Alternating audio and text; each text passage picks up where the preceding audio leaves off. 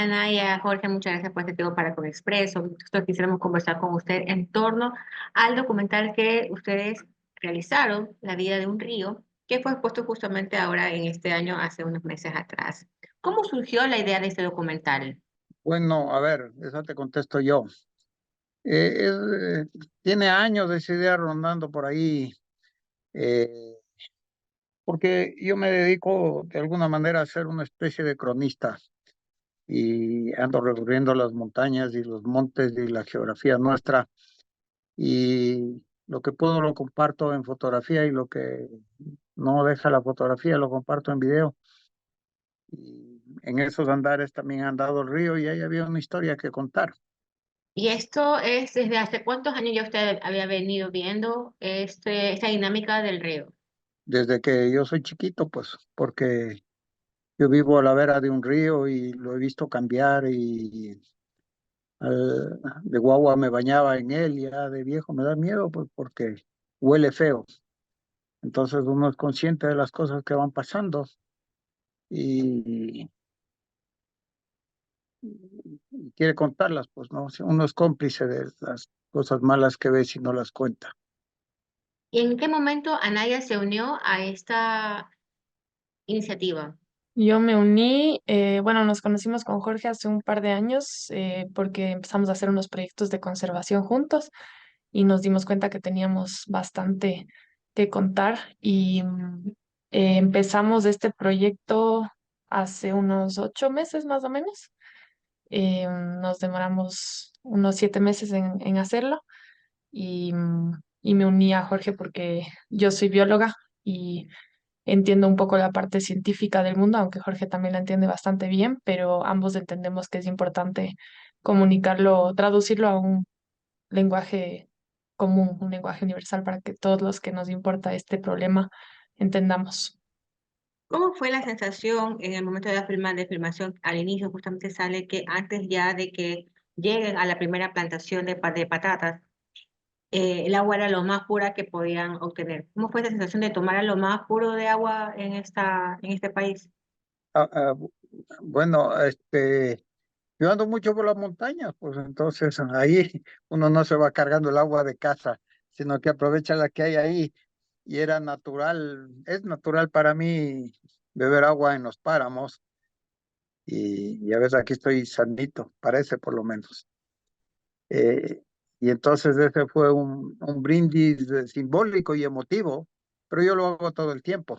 Ahora, ¿es factible que se pudiera esto de aquí, como sea, la que ya tenemos una primera parte, en donde comienzan los cultivos de papa, la contaminación por parte de la humanidad hacia el río? ¿Es factible desde en ese momento, desde este primer contacto con la humanidad, que el agua no sea contaminada o cómo lo ven ustedes? A ver, claro que es factible. Una es, no se debería sembrar papas antes de la cota que alimenta las ciudades. Dos, si se siembra papas, hay productos orgánicos para fumigarlas. Tres, se puede sembrar papas y no fumigarlas y perder un poco de la cosecha, pero ganar en la salud del agua del río. ¿Pudo conversarlo con Eh, ellos, esta otra variable que no puedan usar este tipo de fumigación? Sí, lamentablemente lo que manda es la ganancia, ¿Cuántas hectáreas de lamentablemente. papas hay en ese sector? Demasiadas, demasiadas. Cada vez más, porque conforme vivimos el cambio climático, el calentamiento, se puede sembrar papa cada vez más arriba y las tomas de agua para las ciudades están donde están. Hace 15 años no había papas ahí, ahora hay. Y en 10 años más van a estar mucho más arriba. Y no hay un control por parte del Estado en ese sentido. No hay un control y tampoco hay un pago por servicios ambientales. Si a esos campesinos les pagaran tal vez la gente que consume el agua en las ciudades, un pequeño porcentaje para ellos por conservar el páramo, entonces no se verían conminados a sembrar papas, porque recibirían una ganancia de la conservación. Pero ya ves que nuestros legisladores están ocupados en otras vainas y no en brindar soluciones concretas a los problemas cotidianos. Y desde este punto, ya que el agua comienza a ser contaminada y nuestras comidas también, ¿cómo ya es en el hecho de que tenemos la conciencia por parte desde el documental o ustedes también desde la realización de de que ahora en la cotidianidad ustedes se enfrentan a esta realidad, ¿no? Que nuestros alimentos están contaminados, nuestros vegetales, nuestros peces, todo lo que podemos ingerir o llevarnos a la boca lo están. ¿Cómo para ustedes enfrentar esa realidad? Muchos no sabíamos, yo no sabía, me imagino que el Jorge en algún punto de su temprana vida no sabía de los problemas que tenía el río y luego vemos estos problemas en nuestra alimentación que está contaminada con plomo, que está contaminada con muchas cosas que no sabemos de dónde vienen y después regresamos a ver a la historia del río y regresamos a ver no solo el río, sino cómo contaminamos todo lo que nos rodea y entendemos que eso se nos devuelve en la comida, en nuestros días a días. Entonces, yo creo que es un poco difícil también para las generaciones más jóvenes ver que tenemos tan mal nuestra tierra, tenemos tan mal nuestros ríos y acostumbrarnos a eso. Y para mí, al menos, el documental fue un salto para tratar de que no nos acostumbremos a eso y que esa realidad cambie, porque depende de lo que hacemos en el día a día, de la basura que botamos, de cómo nos comportamos, lo contaminado que está el río y lo contaminada que está nuestra salud también. Y ante esto, ¿es factible o alguna autoridad después de la realización de este y la publicación de este documental se ha acercado, preocupado? ¿Ustedes han visto alguna especie de reflexión por parte del Estado? Bueno, a nivel municipal de Quito sí hemos tenido contacto con el alcalde, él mismo se nos acercó y está consciente de esto. Los caminos para solucionarlos no son inmediatos, pero sentimos que hay una preocupación que esperamos sea genuina. Y claro, no solo es un problema de Quito, la gran capital y la urbe, sino es un problema de los caseríos, de las urbanizaciones pequeñas, de todo el mundo, ¿no? Y todo el mundo en este lío somos causantes, cómplices y también todos somos víctimas. No hay ninguno de nosotros que se escape. En torno a esto, ¿qué soluciones ustedes creen que sean factibles por parte de todos los gobiernos locales, más allá del gobierno central, que puedan tomar acción para un poco mermar este daño hacia el río que de una otra forma nos alimenta en todo? Esto es a todo nivel. El gobierno central, porque nosotros hemos tomado un río que es símbolo de la gran mayoría de ríos del Ecuador, no importa qué provincia tú vayas, no importa si es sierra, costa, oriente, inclusive Galápagos, que bota sus aguas servidas al mar y de ahí mismo no tienen agua contaminada porque los pozos sépticos y todo. Entonces hay una responsabilidad a nivel del gobierno central con el Ministerio de Ambiente. Hay una responsabilidad a nivel municipal y de los GATS, porque todo pueblito colabora, todo. Y hay una responsabilidad personal de todos nosotros, porque todos nosotros no solo podemos exigir con nuestro voto a alguien que brinde soluciones en vez de dejar que las cosas sigan inoperantes, sino que a nivel de nuestra casa podemos hacer un montón de cosas. Tal vez de eso Naya te puede contar mejor que yo, pero sí, hay una enorme lista de soluciones y esa lista de soluciones no hay que inventarse porque está en uso en muchos países avanzados. Tal vez cuenta Naya lo que podemos hacer a nivel personal.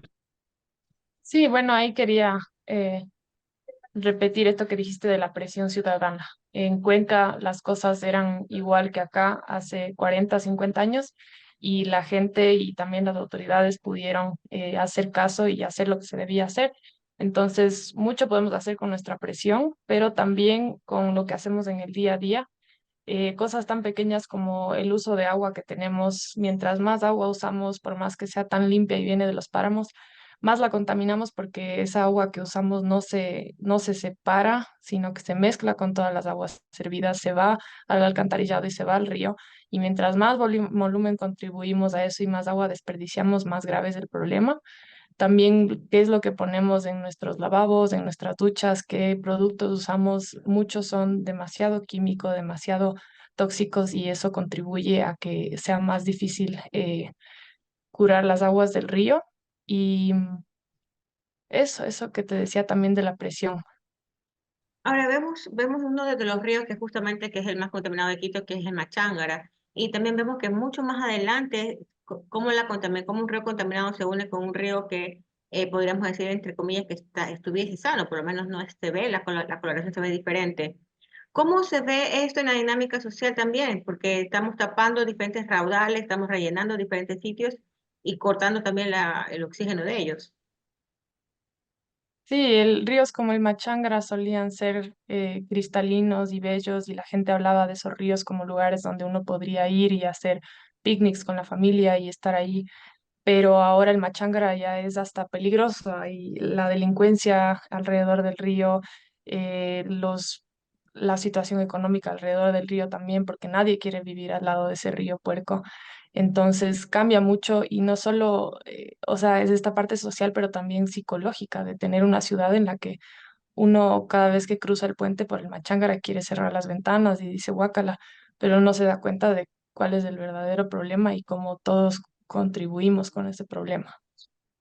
Quiere que la parte del personal, de cada una de las personas que habitamos en este país, ¿no? Que de una u otra forma tenemos contacto con algún río cercano, también es responsabilidad de que no hemos querido cuidar al momento de arrojar diferentes contaminantes a este. No le damos la importancia al río. Total, no le damos, el río es parte de nuestra casa. Todo el ambiente es parte de nuestra casa y no le damos importancia porque creemos que vamos a salir impunes de eso.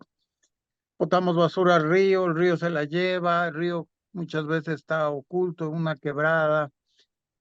Aprendemos de eso, no hay una ley fuerte que regule eso y entonces vivimos con esa impunidad haciendo un desagravio al río y a la naturaleza.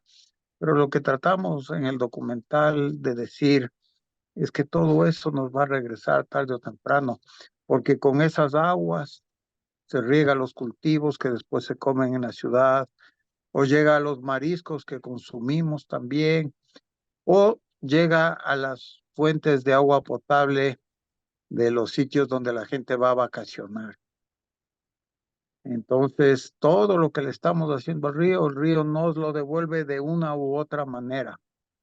No importa cuán ricos o cuán sofisticados o cuán cultos seamos, toditos comemos, no importa si somos vegetarianos o carnívoros.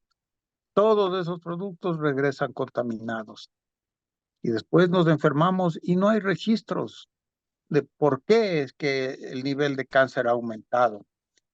No sabemos por qué ahora hay más embarazos que a término acaban con niños malformados.